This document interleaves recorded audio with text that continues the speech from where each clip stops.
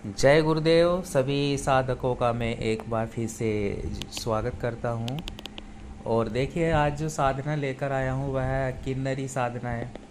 और इस साधना तो मैं आपको जो पूर्ण विधि के साथ में होगी इसकी आने वाली वीडियो में ज़रूर डालूँगा, क्योंकि लेकिन मैं उन साधनाओं से पहले मैं चाहता हूँ कि आप समझ लें कि जिस शक्ति की आप साधना कर रहे हैं, जिस देवी की आप साधना कर रहे हैं, वह कैसी होती है, उसका भाव कैसा होता है, चिंतन कैसा होता है। और वह स्वयं जो है, एक साधक जब कोई साधना करता है किन्नरी, अप्सरा, योगिनी, यक्षिणी, भैरवी में से संबंधित, तो उसको क्या क्या सावधानियां जो है रखनी चाहिए एक साधना में, और उसका स्वयं का जो स्वभाव है वह कैसा होना चाहिए कि वह साधना में सफलता जल्दी प्राप्त कर सके। अब देखिए, किन्नरी जो होती है, सबसे पहले तो साधकों को ये समझना होगा, किन्नरी जो होती है वह एक ऐसे व्यक्तित्व की तलाश करती है जो सात्विक हो। वो ऐसा नहीं होना चाहिए कि कुछ अन्य जो क्रियाकलाप है वह करता हो। कहने का मतलब है कि जीवन भी एक सात्विक व्यक्तित्व का ही होना चाहिए, उसमें देव तत्व होना चाहिए। ऐसा नहीं होना चाहिए कि वह मन उसका जो है कामुकता की ओर अत्यधिक अग्रसर हो, इधर उधर जहाँ देखे वहाँ पर कामुक विचार उत्पन्न हो गए, या फिर उसका स्वभाव एक कामुक व्यक्ति की तरह हो। ऐसा नहीं होना चाहिए। उसमें जो है ऊर्जा तत्व इस कदर होना चाहिए कि वह जो भी अनुष्ठान मंत्र जप कर रहा हो तो उसमें पूर्ण निष्ठा भाव से करता हो। एक देव तत्व उसमें व्यक्तित्व में होना चाहिए। उसकी तरफ जो है, यह जो किन्नरी होती हैं वह तेजी से उस साधना में सफलता प्राप्त कर लेता है, किन्नरी जैसी साधना में। और किन्नरी से संबंधित जो क्या होता है, किन्नरी होती कौन है? देखिए, किन्नरी जो होती है वह देव वर्ग की ही एक कन्या है, जैसे कि अप्सरा। और एक ऐसी अप्सरा लोक होता है ना, तो वैसे किन्नरी का लोक भी होता है जहाँ किन्नरियाँ रहती हैं। और उनका कार्य क्या होता है? सौंदर्यता से संबंधित जो कार्य होते हैं उनके भी। अब जैसे अप्सरा होती हैं, है ना, अब कोई कार्यक्रम होता है अप्सराओं का, जो कोई कार्यक्रम होता है इंद्र की सभा में या कहीं, जब कोई कार्यक्रम भी होते रहते हैं, इनके भी उत्सव होते रहते हैं, तो उनमें जो अप्सराओं का श्रृंगार करती हैं, उनको आभूषण से जो है वगैरह से उनका श्रृंगार करती हैं वह। और जो बाकी के कार्य हैं वह देखती हैं, देवताओं से संबंधित, अप्सराओं से, तो और गायन से संबंधित भी, जैसे गंधर्व होते हैं, प्रेम से संबंधित, तो उन कार्यों में ये अपना पूर्ण योगदान देती हैं। और बढ़ चढ़कर जो है श्रेष्ठता जो इनके अंदर भरी होती है, इनसे संबंधित जो चीज़ें होती हैं, आप कह लीजिए प्रेम से संबंधित, ठीक है। और इसीलिए जिस भी साधक के जीवन में किन्नरी आती है, और नृत्य से भी संबंधित, नृत्य में भी ये पूर्ण होती हैं, नृत्य कला में। अब कुछ अप्सराएं होती हैं, जब उनको नृत्य जो है कला में पूर्ण रूप से निपुण करना होता है, तो वह किन्नरियों के पास ही एक तरह से शिक्षा ग्रहण करती हैं। किन्नरी लोक में जा कर के किन्नरियाँ ही उनको सिखाती हैं। तो इतनी महत्वपूर्ण किन्नरियाँ होती हैं, इतनी श्रेष्ठ होती हैं। एक अनुपम, एक ऐसी सुगंध लिए होती है ये, एक ऐसी इत्र की मादक सुगंध इनमें से प्रवाहित होती रहती है। जब ये आती हैं तो जिसे साधक जब अनुभव करेगा तो एक अलग ही जो दुनिया में चला जाएगा। इतनी महत्वपूर्ण सुगंध, इतना श्रेष्ठ जो इत्र की जो इनमें से महक आती है, वह अपने आप में ही एक परलौकिक शक्तियों की ओर आपको जो है स्वयं ही जो है आकर्षण बढ़ा देती है, इतना कि आप उनसे अटैच हो जाते हो। तो इतनी महत्वपूर्ण होती है किन्नरी जो साधना होती है।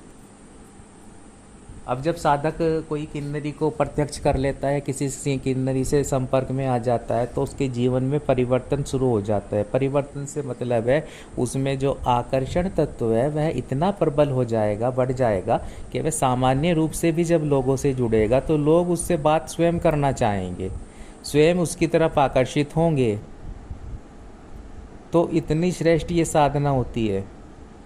जो भी साधक या साधिका वह करती है तो अपने ही तरह परिपूर्ण जो है वह बना देती है ये अपने साधक या साधिका को, किन्नरी। पर इसके कुछ जो साधक ऐसे ही किन्नरियाँ साधना करने बैठ जाते तो ऐसे उनमें सफलता प्राप्त नहीं होती है। अनुभव आपको मिल सकते हैं कुछ, लेकिन जब अगर सफलता प्राप्त करनी है तो एक इसका जो है पूर्ण रूप से इसका जो है आपको तरीका और एक मार्ग होता है किन्नरी को प्रत्यक्ष करने का, तो वो करेंगे तभी जो इसमें सफलता प्राप्त होती है। क्योंकि किन्नरी बहुत ही ज़्यादा एक उच्च कोटि की साधना होती है। जितना आप सुनने में नाम आपको छोटा लगता है, उससे ही ये बहुत ही ज़्यादा महत्वपूर्ण साधना होती है जीवन की। पूर्ण कायाकल्प करने में सक्षम है किन्नरियाँ जो होती हैं साधक या साधिका की। गायन, वाद कला और जो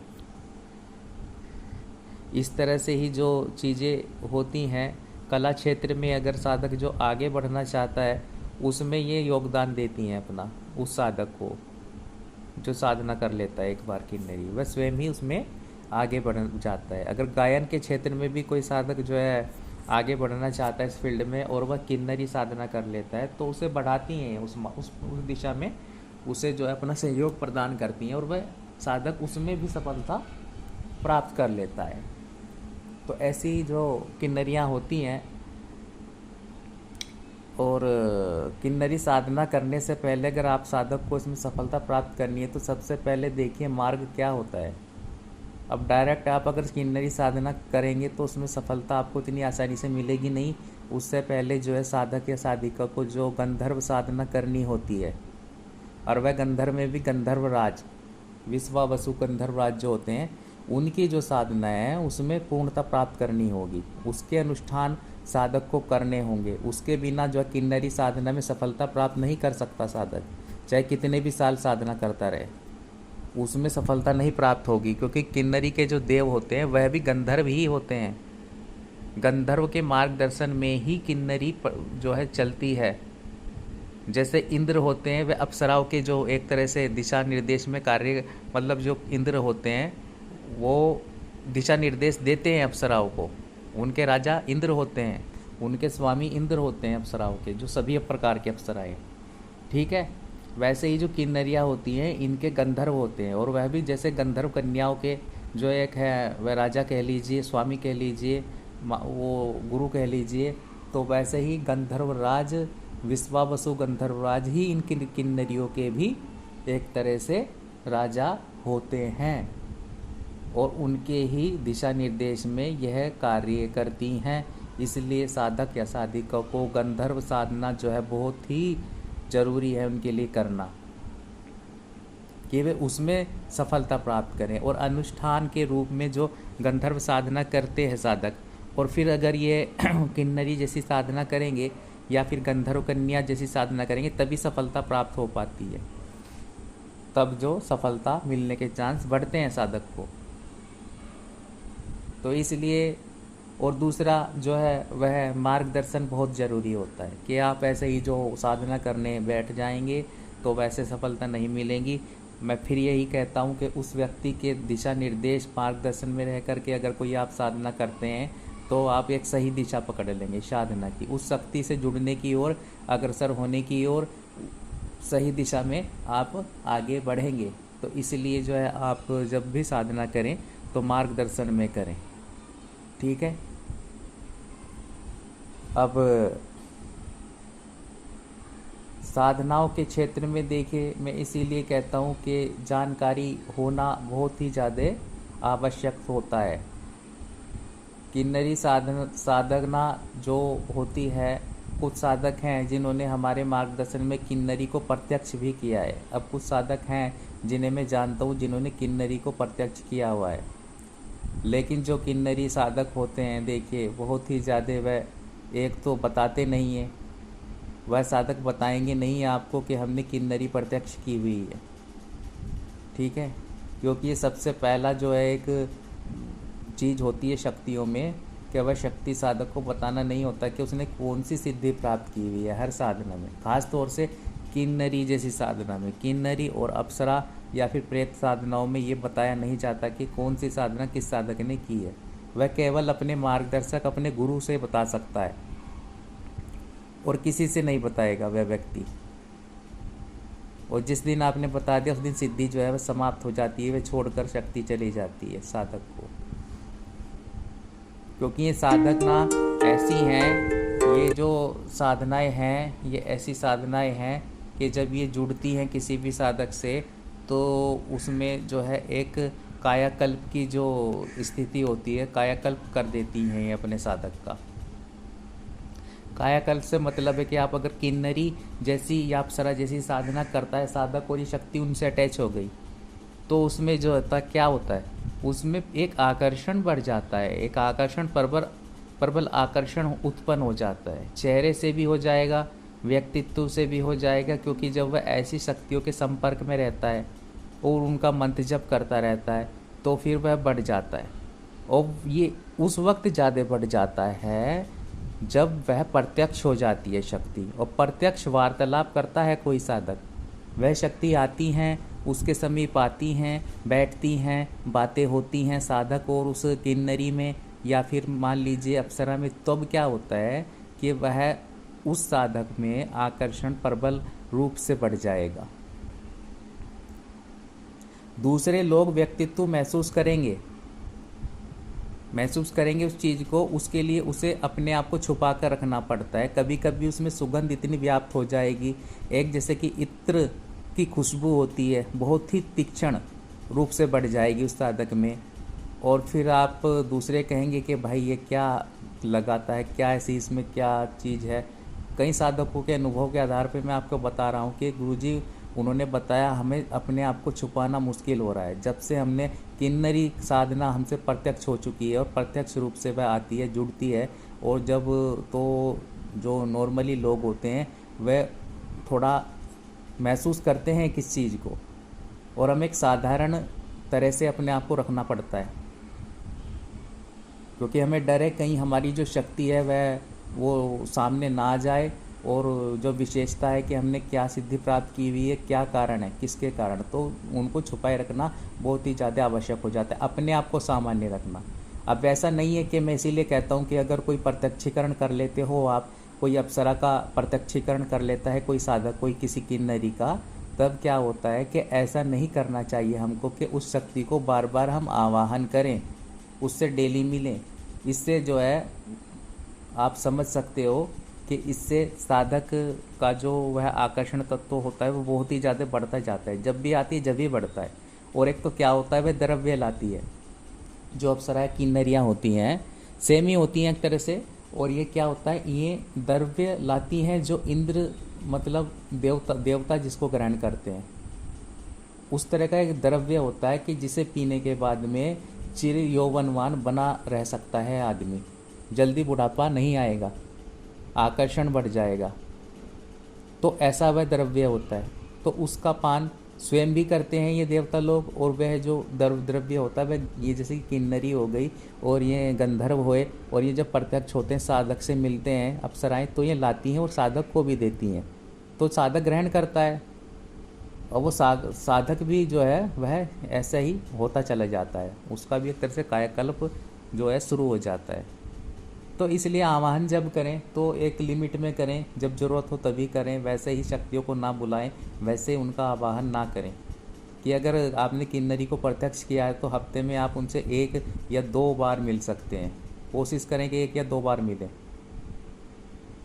मिलने को तो कभी भी मिल सकते हैं, क्योंकि जब आप बुलाएंगे वे तब आएंगी, लेकिन थोड़ा हमको एक जो चीज़ होती है बैलेंस बनाकर रखना चाहिए उसके बाद में, कि लोग भी हमें, वरना थोड़ा अपने आप को हमको सामान्य भी रखना पड़ता है, नहीं तो इतना कायाकल्प हो जाएगा इस तरह से। अगर नित्य आप उसके संपर्क में रहेंगे अप्सरा व गंधर्व कन्या या फिर किन्नरियों के, तो फिर लोग महसूस करेंगे इस चीज़ को। इसलिए एक बैलेंस बना के रखना जीवन में ज़रूरी होता है।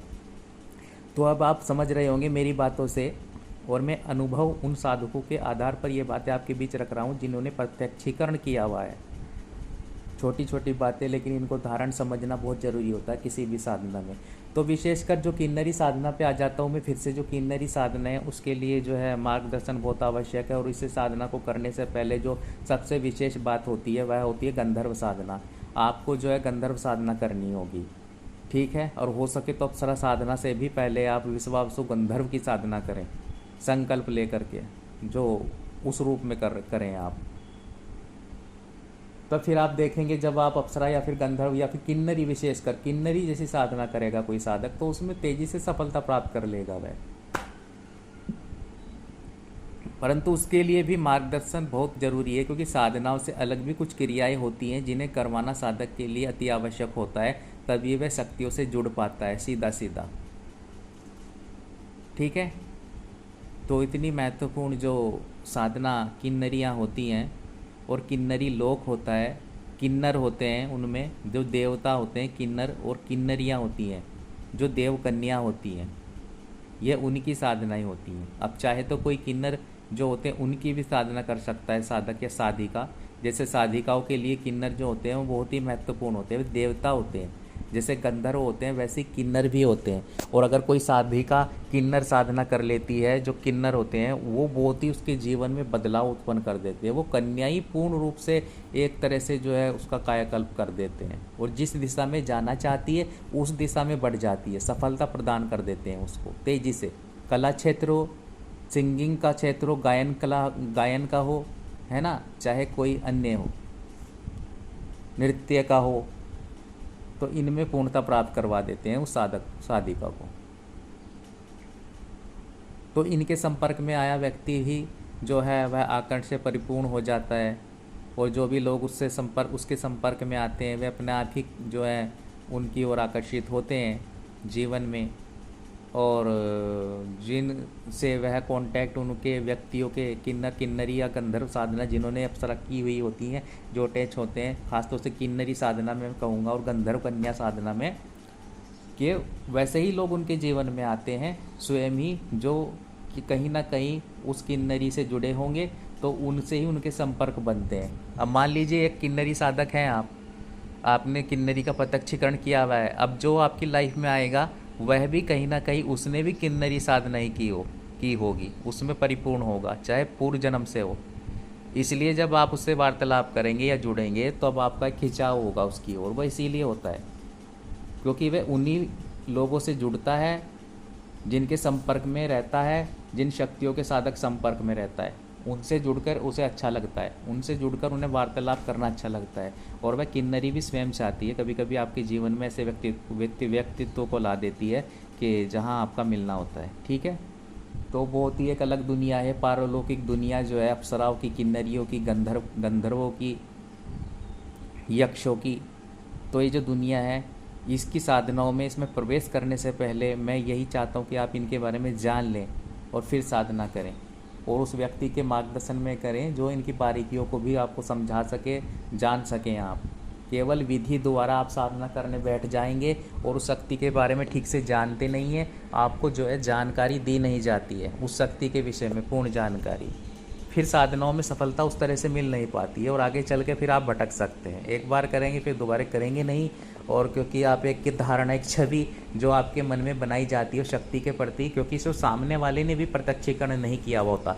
कई बार क्या होता है, जो जिससे आप साधना लेते हैं उसने भी प्रत्यक्षीकरण नहीं किया हुआ है, प्रत्यक्षीकरण उसे है नहीं उस साधना, उस किन्नरी के विषय में, तो वह आपके जीवन में क्या आपको बताएगा, क्या उनकी बारीकियाँ बताएगा, और कैसे आप उस साधना में जो है सफलता प्राप्त कर सकेंगे।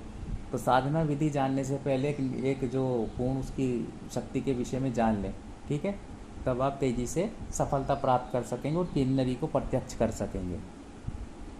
तो इतनी जो महत्वपूर्ण यह साधना होती है, और आने वाले टाइम में मैं आपको यह किन्नरी की पूर्ण रूप से साधना दूंगा, आप करना और उसमें सफलता प्राप्त करें, मैं तो यही चाहता हूँ, ठीक है।